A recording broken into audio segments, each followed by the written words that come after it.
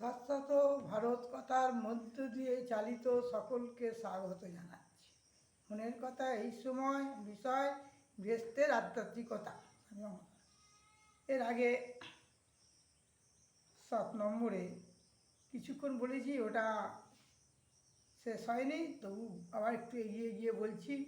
বিজ্ঞানসম্মতভাবে কার্যকারণ সম্বন্ধে নির্ণয়ের জন্য এই 4টি পদ্ধতি আছে, কিন্তু পারিবারিক গার্হস্থ্য জীবনের মানুষ শুধুমাত্র দুর্বলতম অন্যয় পদ্ধতির উপরই নির্ভর করে সিদ্ধান্ত করে বসে।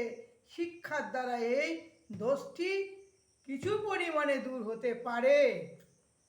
জ্ঞানই ভয়কে দূর করে, এইরূপ একটি প্রসিদ্ধ উক্তি আছে। যখন আমাদের জনসাধারণের মধ্যে একটি বিজ্ঞানসম্মত চিন্তা স্ফুরণ হবে, তখন ভারতীয় হিন্দু সমাজের অবস্থার একটা পরিবর্তন আসবে।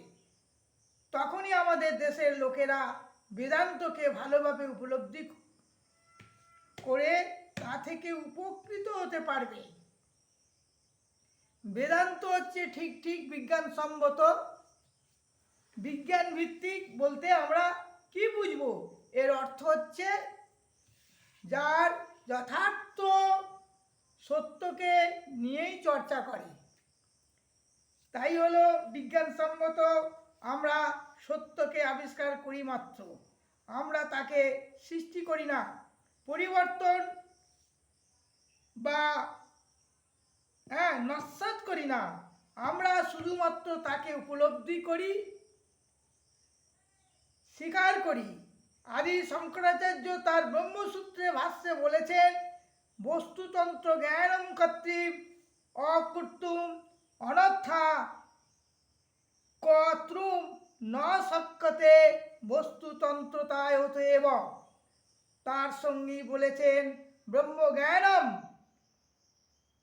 বস্তুতন্ত্র জ্ঞানম, ব্রহ্মজ্ঞানম হলো ব্রহ্মস্ব সম্পর্কিত সত্য জ্ঞানের উপরই প্রতিষ্ঠিত। আগুন হলো উষ্ণতা বিশিষ্ট, এই হলো একটা সত্য। এর মধ্যে আর কোনো বিকল্প বা দ্বিধা নেই।